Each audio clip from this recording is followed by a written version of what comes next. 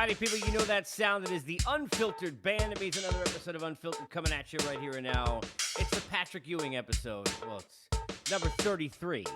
Episode 33 of Unfiltered. Entitling this one, Taking a Loss in Stride. Dedicated in large part, and we'll get into some other things here, but dedicated in large part, and thank you, Unfiltered Band, to Spencer Strider, one of the nice young arms in the league who clearly needs to learn the art of being a winner even when you lose. I feel like Rosie, sometimes you lose, you don't lose, you tie. In Spencer Strider's case, sometimes you need a binky. That dude needs a binky. A swaddle. Some toys to play with. I mean, you got to be kidding me. Of course, join the Unfiltered Revolution at Casey Stern. You can see that right there. See? It's like I'm Vanna White right here. Right there. Right there. At Casey Stern on Twitter. If you're watching on YouTube, if you're on Twitter right now, go into the Twitter bio. Click on my YouTube channel. Subscribe. Like all the videos. Tell all your friends and family. And I love ideas. I mean, people who jumped in on the Life Pod second part of the series, I appreciate your reaction to that. That's been meaningful. And, people who have jotted me ideas, you could send me in a DM. You could tweet me. Top 10 lists, things you want to hear from a Life Pod standpoint, sports standpoint. I don't care. It doesn't matter what it is. I want to hear from you. So get me at Casey Stern and jump on board. The Unfiltered Revolution. Let's go. Here we go. Episode 33. Taking a loss in stride. Accountability is a word that I have learned in my life that most people don't know exists. I don't know if they don't know accountability exists. Maybe they just don't know the word exists. There are going to be times in your life where you get bad luck. And it's okay to admit that. There are going to be times in your life where you didn't so much made a mistake. Like you were doing the right thing and for you or for your family, or had the right intentions and it didn't go out the way you wanted. Didn't come back well, right? Threw that thing, that boomerang out, and never came back. In life, that happens. We all got to be accountable for understanding that. It doesn't mean you're wrong or right necessarily, but okay, this was my choice, and this is what happened. There's something in the movie, and I did a thing on movies recently for sports movies, but there's something in the movie Boiler Room, if you've ever seen that Ben Affleck says when he's going through his monologue, which is maybe the best scene in that movie. When he's in the meeting room, anybody who's ever been in sales could feel that meeting. And he says, act as if. Act as if basically means fake it till you make it. Act like you've been there before. You don't need to celebrate that you won the World Series in a game on May 9th. You don't need to be like it's the end of the world and a loss on May 9th. When you get beat up by a team 4 out of 5 games, you lost the series to them the time before that. When I don't blame him, and I happen to really like Austin Riley, and only Austin Riley, my cousin Vinny, said, we're coming for you. And I think since then, the Mets have gained 4 games on this team. You can be brash and have confidence. You should be brash and have confidence. If you're good at what you do, you should be brash and have confidence. Especially if you're in something like athletics. Now, I laugh sometimes when people think, like, it's not arrogance. I remember Chipper Jones telling me in a sit-down that I did with him a few years ago here in Atlanta. He was talking about something he learned from his dad and that he's taken with him throughout his life. And to succeed, skating on that line of confidence and arrogance. You have to have some of that skating on that line. You have to. You think Max Scherzer doesn't think he's the dude? I bet you Max Scherzer's not going to tell you he thinks he's better than DeGrom. I bet he thinks he is. Maybe he is. Maybe not. But either way, that's competition. That's believing in yourself, right? I'm cool with that. Spencer Strider is thinking in his mind, hey, I'm a dude. You very well might be. That's totally cool. But let's get into what happened here. And I felt like I had to respond. No matter what I say in this is going to be from, a Braves fan who's not rational, some Met thing. This isn't some Met thing. This is not some Met thing. This is you sounded like a jackass thing. Okay? I don't care. This is not about BABIP. Please. Don't at me with, you don't like people who, in today's day and age, athletes are very aware of analytical stats, and they very much understand all the meaning of all the statistics because we have gotten a world that's way smarter than you grew up, and we, the millennials of the world, understand all these analytics, and we believe that BABIP is totally fine in a conversation after you just lost 4 out of 5 games, and now we're 6.5 games out of a division. You are not, I repeat, you are not. I repeat, you are not now going to win. When you're quoting BABIP, I don't care who you're playing. I really don't care if it's even... I would hate this if it was like some pitcher on the Pirates or the Royals yesterday. Are you serious? First of all, every team, luck is, was it Branch Rickey said, luck is the residue of design, right? Every team gets some luck. Every person who has success has some luck. Okay? Everyone. Everyone who has failure has some bad luck. Everyone who loses has some bad luck. Everyone. But it's about living in that in-between and understanding of the moment. Where am I? Now, I hate when athletes lie. I don't want to hear an athlete give me some garbage out of it. Look, I've been enjoying the documentary on Jeter. And look, Derek is, to me, he's always been a very likable guy. I've heard some of the things the media members have said in it, and I've echoed them before this was even on the air, in podcast before this came out, and you could literally, I was echoing exactly what's being said in there. You just never learn anything. But that's okay, because his job was for his team. I understand that. I get that. There's no one that Spencer Strider is serving in a good way by saying what he said. And that's something I guarantee. Because you got Snit, who knows what he's doing, and because you've got a good room in there with a lot of likable dudes, and you've got a championship team, you're never going to hear this, and they're going to downplay and do the right thing that Spencer should when they now are going to get asked all these questions. Remember, Derek, for example, right, if you've been watching this, talking about not distractions. What Spencer Strider, all he did was create now, the next time that the media is in there, it doesn't matter, I didn't even check who they're playing next. It's not going to matter. What do you think they're asking? What did you think of Spencer Strider's comments? What do you think of the reaction to Spencer Strider's comments?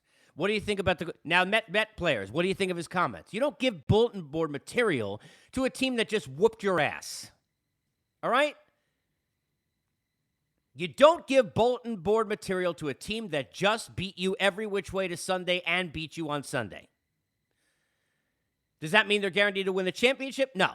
Is it a guarantee the Mets are going to win the division, even though they probably will now? No. Is it a guarantee the Braves can't do something magical in the postseason? No, they're a really good team. Is it a guarantee that if they played each other in some series that they can't beat the Mets? No, they could. That's a team in 88. The Mets beat the Dodgers, 11 or 12 times, and then Oral Hershiser wiped them off the field. Anything can happen. Doesn't matter. I'm not saying any of that. I'm not guaranteeing anything. And I like a lot of the people on the Braves that I love Snit. I got no problem with the Braves. This is the 90s. I got no problem with the Braves. But to sit there and say what he said. Now, look, I haven't seen much of it. You won't even see many Braves fans back this up. You see Braves fans that back and defend this. Those are the fans in every fan base that no one likes. Because most Braves fans are going to sit there and say, well, I'm not going to admit that it was terrible because I don't want to get on my own dude. But they're telling their friends, what an idiot. Are you serious? They don't want to lose because of luck either. They don't want to make excuses or complain either. They're a fan base that just saw their team win the championship. They've actually had that from between them and Georgia and Atlanta United. They're feeling like winners down here. This ain't 28-3 land anymore.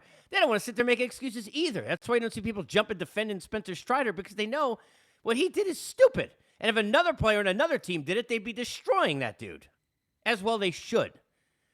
To quote BABIP in a conversation after a game where, look, you weren't going to pitch as well as DeGrom yesterday, and dude, you ain't DeGrom. Sorry. And I hate lying.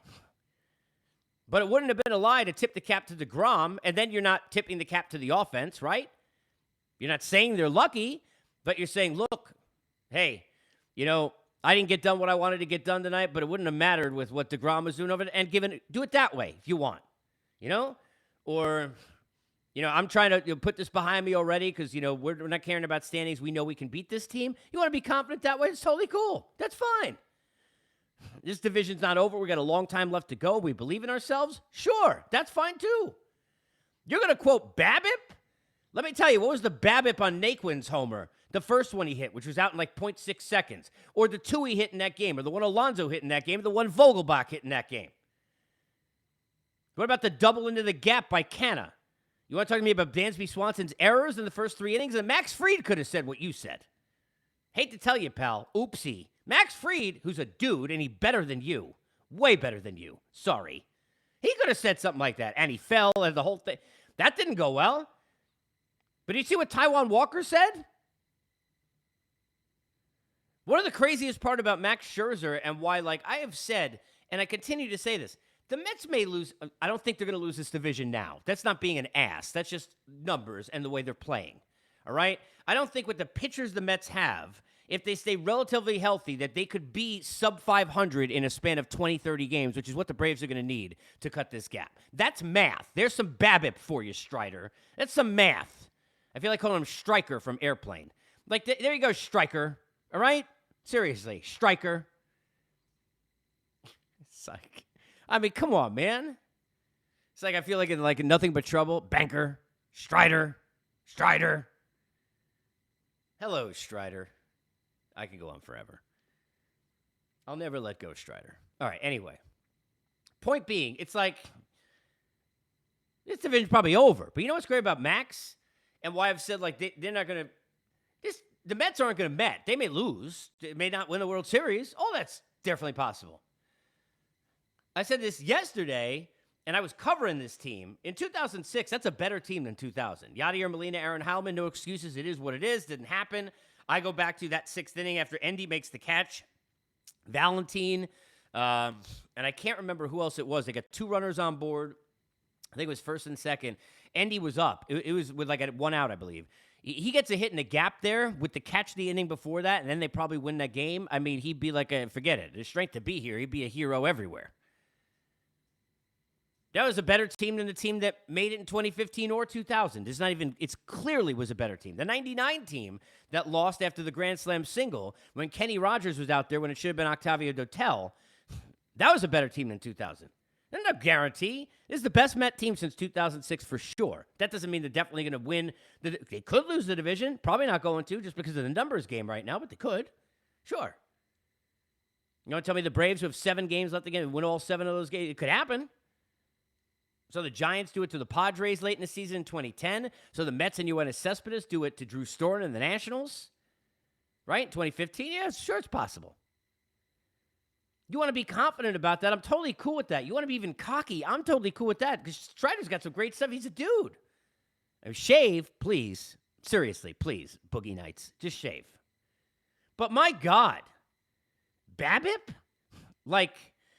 Is there a way to come off like more of a loser in what you're saying than what he said? I don't care what anyone, and this is the great part, and I know this, because in covering the sport 20 years, I've had conversations. It's why I've always said this, and I mean this. I enjoy, this is not oh, I wish I could. I enjoy that I don't break news. I'm not trying to break any news, because I've had probably, and it's maybe it's unfair at times, but I probably have more real conversations with athletes than anybody who break news can have. And different relationships, because they know I'm not going to do that. I'm just trying to learn about people, and I'm trying to, get... Now, that may change the way I talk about it because I get to know them, but I guarantee you that there are people in that clubhouse who texted each other on some thread without Strider on it being like, what an ass. Now I got to deal with this. Guarantee you somebody pulled him aside, Snit or somebody else, most likely a player, in the room and was like, no. If Freddie Freeman was on that team, he would have been the guy. No, we don't do that. We ain't doing that. You think Tom Glavine was doing that? Think John Smoltz or Greg Maddux were doing that? They're not doing that. And by the way, the Mets had some luck, and part of it from bad defense on the team. But I think it was more in Fried's game, A. B, they hit home runs in that series. C, you got wiped out 4 out of 5. If you think that's luck, then you're just showing exactly the 3 seconds you've been part of the big leagues. And by the way, I never been in the big leagues except covering it. The one time I'm on a mound, I bounced to throw to the plate, and I know that. I ain't no pitcher. Or a belly itcher. I actually ticklish under my feet instead. I'm just sharing. But seriously, like what kind of crap is that? BABIP? They're lucky? What a jackass. I'm not even sorry. Like, his teammates are thinking that. Trust me. Braves fans, most of them, and again, they're going to be quiet. It's like in-law asks you, hey, how's the food? You have to tell them it's bad. You just don't tell them it's really good. Nobody's like going to go ahead and say, ooh, that was awesome. Good for you, Strider. The people who do that are lying or have no idea or concept of what it means to win anything. Most Braves fans that I know are really good fans. Like every other fan base, I think most baseball fans are really good fans. I think there's like a 90-10 in every fan base. 10% of every city are idiots. It's every city. It's why there's traffic here when there should never be traffic here. I got no taxis, and I got 10 times and more lanes. I got 10 times the traffic of when I lived in New York or LA or Boston. Go figure that shit out. You can't. Those people who don't know how to drive, they're saluting Strider. It's not about Strider. It's more about them. Okay? What this dude did is asinine. Now, doesn't have to carry it with him the rest of his life. And I've always said this, young people say stupid things. Now, I love Blake Snell. Interactions with him in the past, when we've had him on the show, I love the dude. I like what he's about. I said this after COVID, when he's talking about what you make after taxes. I'm like, you can't talk about what you're making after taxes? Like, are you kidding me? You can't be talking about that. But young people make mistakes. We all did dumb stuff in our 20s. All of us. But to me, what I don't like, and I'm sorry, this is the psyche of a player, and that is not look, you can have plus stuff. Dude, let me tell you something, Stride Right. You can have plus stuff everywhere you want to have plus stuff. I've been around and covered this game 20 years, long enough, watching it way longer than that. Long enough to know, and anybody who's played in it that's listening to this right now, or people that I know, or even people I don't, going to tell you the same damn thing. Okay? You can have all the plus stuff you want. That shows that upstairs, your plus stuff is not existent right now. You better learn and keep your mouth shut and figure out how to follow leaders. Because you came off looking like a complete jackass. I'm fine. Somebody wants to, like, if an ump screws you or something like that, like, it's fine. But you just let the other team know that they're in your head. When you say to them they're lucky, do you know what that tells the other team? We got you. Go ask. Go show. Draymond Green probably has no idea who Strider even is, and that's fine. But I wish somebody could go show Draymond. Go see what a Draymond Green would tell you. A guy who understands the psychology of winning as much as probably anybody who plays sports right now. Go ask him what he would be thinking. Seriously. Go ask him what he would be thinking. And I guarantee you know what he's going to say? Oh, we own you. Next time the Mets will put up 10 on this dude. Mark my words right now. The Mets will get this dude out of the game earlier next time.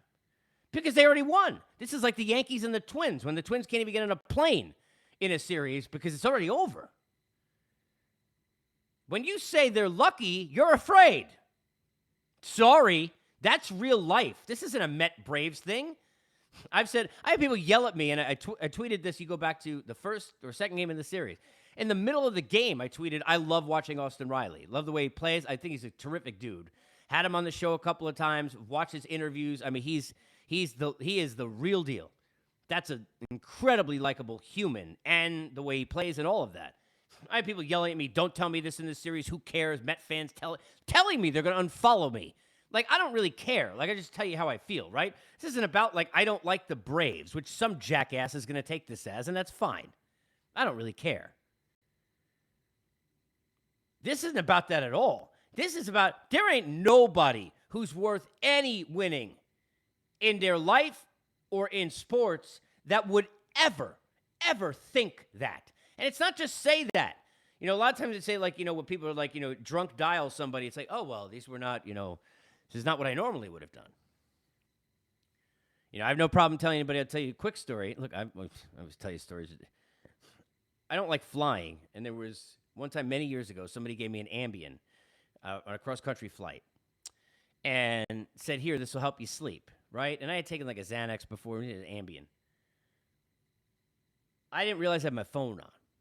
I was up for like half an hour. I wanted to pretend I didn't see the texts I was sending, right?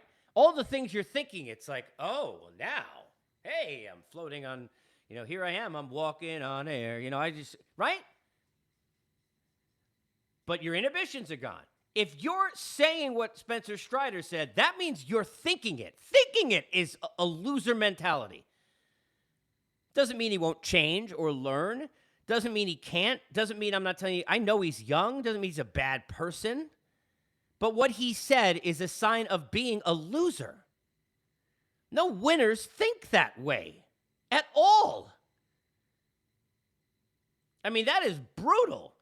That's taking no accountability for anything at all. Like, dude, it's not like, hey, they had these 3 lucky BABIP plays, and then you struck out the other 12 guys you faced. Like, did you see your own numbers? Are you crazy? Grow up. Grab your binky, keep your head up, and go keep it moving, bro. Are you serious? Take the loss in stride. Accountability has disappeared in this world. I've talked about that on the pod before. That may be a life pod thing. It's a sports pod thing. I cannot tell you. And by the way, and I mean this sincerely, this is my own shit. I'm just sharing with you. In the last 5 years, I have watched the entire world around me, literally almost everybody I know, like, forget that accountability exists. And I'm like, am I on an island? Am I the only one with my eyes open? I don't got to hear I'm sorry. I don't got to hear Spencer Strider say he's sorry that he pitched poorly. Can you be accountable for something? But accountability, that's not easy. Then you got to look in the mirror and be like, it was my fault. Oops.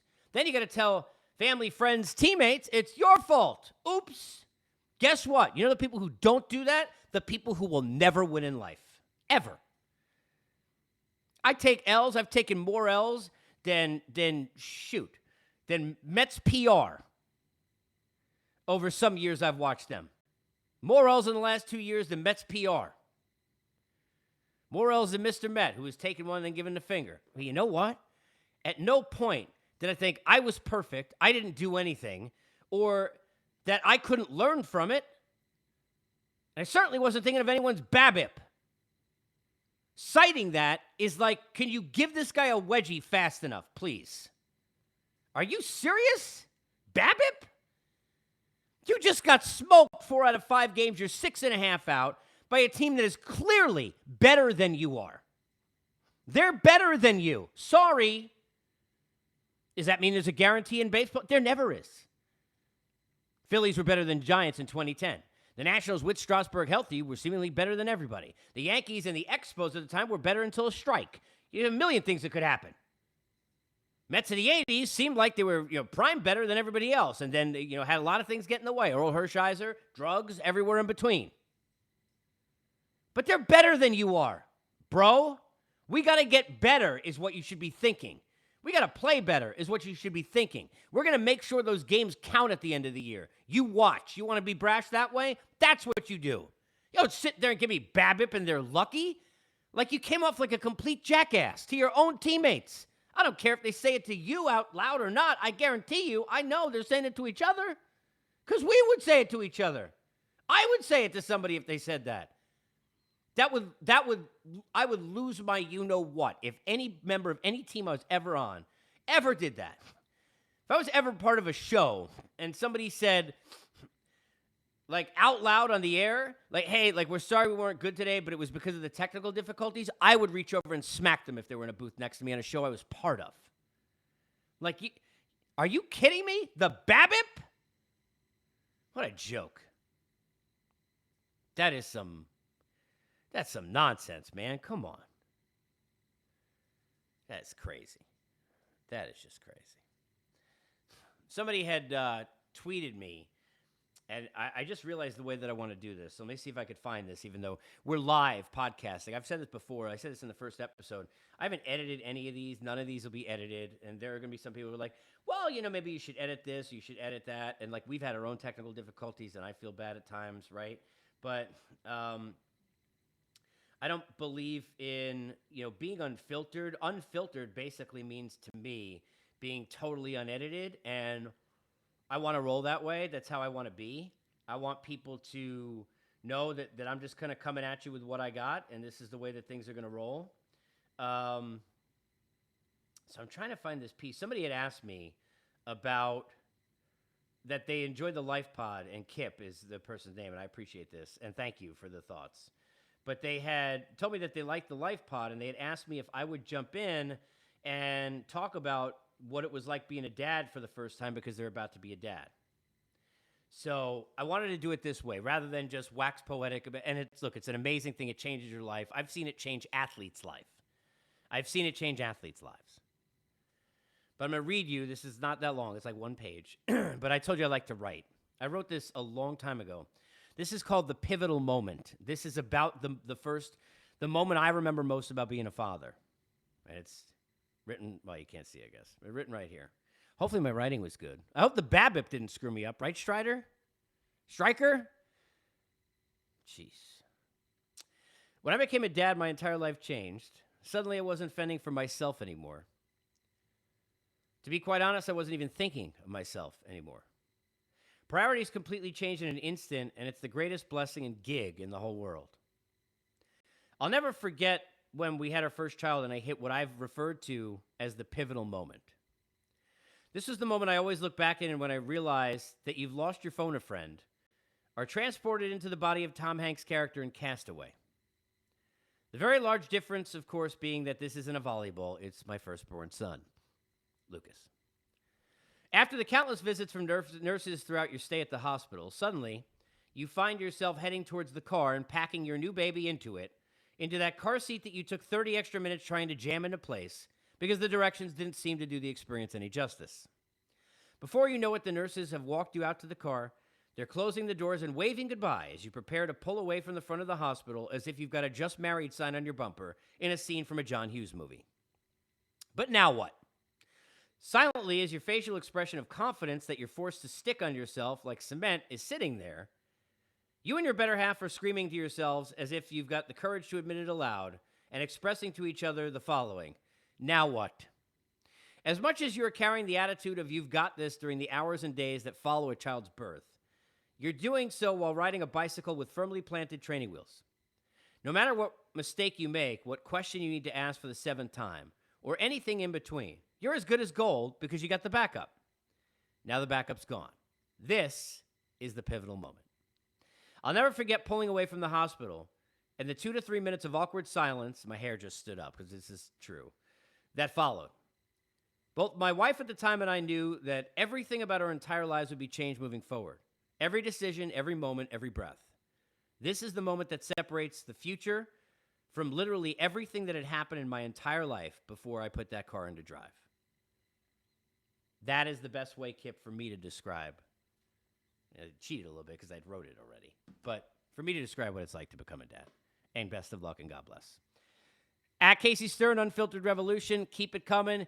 Get on YouTube. Get on Twitter. Subscribe. Like all the videos. Give me ideas. Sing and dance with me. Whatever. Let's get crazy. Let's just not cite BABIP. Okay, Striker? See you guys soon.